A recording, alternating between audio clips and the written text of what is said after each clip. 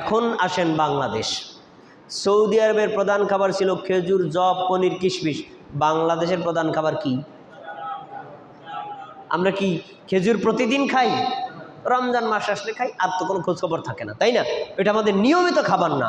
আমাদের নিয়মিত খাবার হলো ভাত, আর ভাতটা হলো পচনশীল, এটা মানুষকে দেওয়া যায় না। ভাতের মূল হলো চাল। অতএব আপনাকে চাল দিয়ে ফিতরা দিতে হবে, কোনো রূপান্তর করা যাবে না, কোনো যুক্তি দিয়ে টাকা পয়সা দিয়ে দেওয়া যাবে না, যুক্তি চলবে না। ইসলামী শরীয়ত কোরআন হাদিসে যেভাবে আছে ওটা কপি করতে হবে, কোনো পাল্টাপাল্টি করা যাবে না, চাল দিয়ে। এখন প্রশ্ন হলো পরিমাণ কত? এক সা। সা এটা আরবি শব্দ। সা অর্থ হলো খাদ্যবস্তু পরিমাপ করার পাত্র। আমাদের সমাজে দেখবেন গ্রামে যারা গৃহস্থ মানুষ, যাদের জমি জমা ফসলাদি বেশি, তারা বেতের তৈরি 1 সেরের একটা পাত্র থাকে, আবার 5 সেরের বা 10 সেরের একটা পাত্র থাকে। ওটা কি কই? পালি না ভাই? পালি।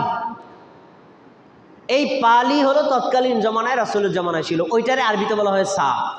তো তৎকালীন সা বর্তমানে যদি ওজন করা হয় 3 কেজি বা 3 কেজি পরিমাণ হয়। আপনি 3 কেজি ধরেন, তাহলে এখন আপনি কি করবেন? প্রত্যেক ব্যক্তির পক্ষ থেকে 1 সা মানে 3 কেজি চাল আদায় করে দিবেন।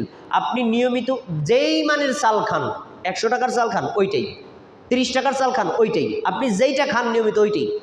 তাহলে আপনার পরিবারে যদি 5 জন লোক হয়, একজনের পক্ষ থেকে 3 কেজি, 5 জন হলে 3 পাঁচা কত? 15 কেজি চাল দিয়ে ফিতরা দিতে হবে। এটাই সুন্নাত, এটাই ফরজ। এর চাইতে কমও করা যাবে না, বেশিও করা যাবে না, কোনো রীত পরিবর্তন করা যাবে না। এখন এই ফিতরা দিবেন কবে থেকে? ফিতরা দেওয়ার নিয়ম, আব্দুল্লাহ ইবনে ওমর রাদিয়াল্লাহু তাআলা আনহু বলেন, আমরা সাধারণত 27তম রমজান চলে যাওয়ার পর, তার মানে 28তম রমজান, 29তম রমজান, এই 2টা রমজান ফিক্সড। আর 30তম রমজান হলে ভালো, না হলে ওই ঈদের সলাতের আগ পর্যন্ত, তার মানে 2.5 দিন অথবা 3.5 দিন, এই সময়টার মধ্যে হলো ফিতরা দেওয়া সুন্নাত। আগে যদি দেন জায়েজ, কিন্তু উত্তম হলো এই 2.5 বা 3 দিনের মধ্যে, এই দিনগুলোর মধ্যে দিতে হবে। কিন্তু শর্ত, যদি কেউ ঈদের সলাতের আগে না দেয়, পরে দেয়, তার ফিতরা আদায় হবে না, একেবারে স্পষ্ট।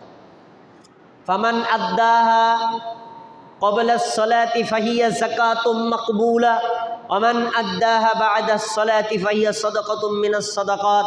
নবী সাল্লাল্লাহু আলাইহি ওয়াসাল্লাম বলেছেন, যেই ব্যক্তি ফিতরা ঈদের সলাতের আগে আদায় করবে তার এই ফিতরাটা ফরজ ফিতরা বলে গণ্য হবে। আর যেই ব্যক্তি ঈদের সলাতের পরে করবে সাধারণ দান হবে, ফরজ ফিতরা আদায় হবে না। আচ্ছা, তাহলে আমরা এখন থেকে আমাদের পরিবারে যে থাক, যদি ঈদের দিন একজন সন্তান আপনার জন্ম নেয় না, ওই সন্তানের পক্ষ থেকেও দিতে হবে। যেই কয়জন পরিবারে আছে সবার পক্ষ থেকে, প্রতিজনের পক্ষ থেকে 3 কেজি করে চাল আমরা